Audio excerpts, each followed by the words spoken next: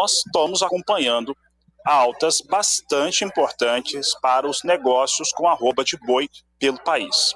Se a gente pegar a praça onde está a sede do Canal do Boi, ia falar onde eu estou, né? Mas não, estou em Fortaleza, mas em Campo Grande. Campo Grande, nesta semana, vai pagando R$ 250 por arroba.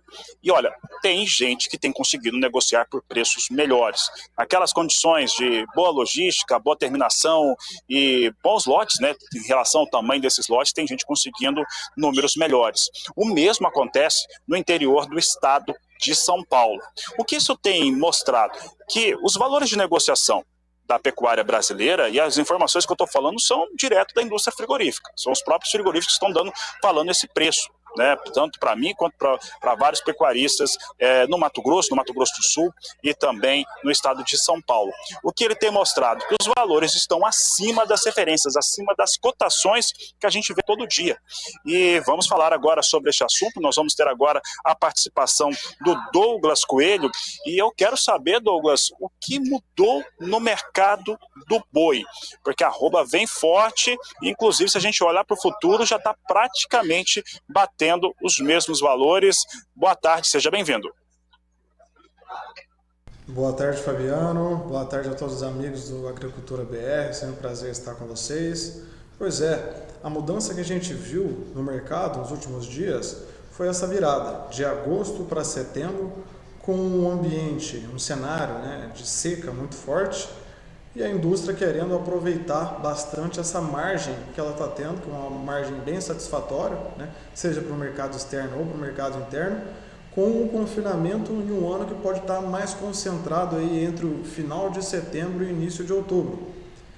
Quando a gente olha para o Mato Grosso do Sul, hoje o diferencial de base está invertido lá. O que eu quero dizer? Os preços do Mato Grosso do Sul estão até acima do de São Paulo.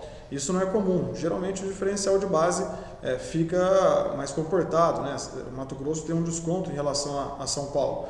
Mas lá a gente vê que esse cenário está sendo bem marcado por essa seca, por uma pecuária naturalmente mais tradicional, o confinamento é mais ausente lá, e a gente tem uma forte expansão, teve também uma forte expansão de áreas de eucalipto sobre áreas de pastagem nos últimos meses, nos últimos anos.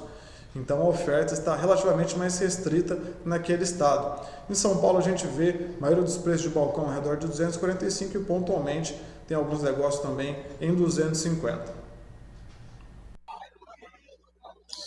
Tá certo, Douglas. Douglas, olha só.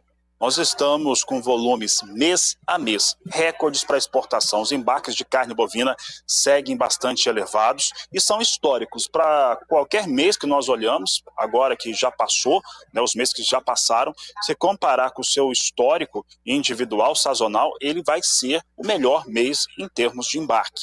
Então, esse é um primeiro ponto. O outro ponto que eu destaco em relação aos valores que vão sendo captados pela indústria frigorífica exportadora, nunca foi tão bom negócio para a indústria frigorífica. Também é recorde em relação a faturamento para essa indústria. Aqui no Brasil a gente tem visto mês a mês também os abates seguirem em recorde, a expectativa até que reduza um pouco, mas continua com volume muito alto, até porque tem essa expectativa de uma recuperação no consumo interno do Brasil para 32 quilos por habitante, por 32 quilos per capita em 2024, que retornaria aí para aqueles níveis do ano de 2013 em relação ao consumo.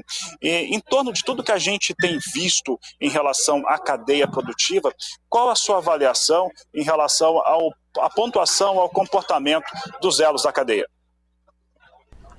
Pelo lado das exportações, a gente vê que 2024 está sendo um ano muito interessante. Essa via tem se formado, tem se confirmado como uma via muito importante de escoamento da produção de carne bovina no Brasil, em função do volume, desde março, fevereiro, abril, possivelmente um recorde atrás de recorde quando a gente olha para o consolidado mensal, e todo o mercado está atento com o volume embarcado em agosto, que deve ser divulgado agora nessa quinta-feira, né?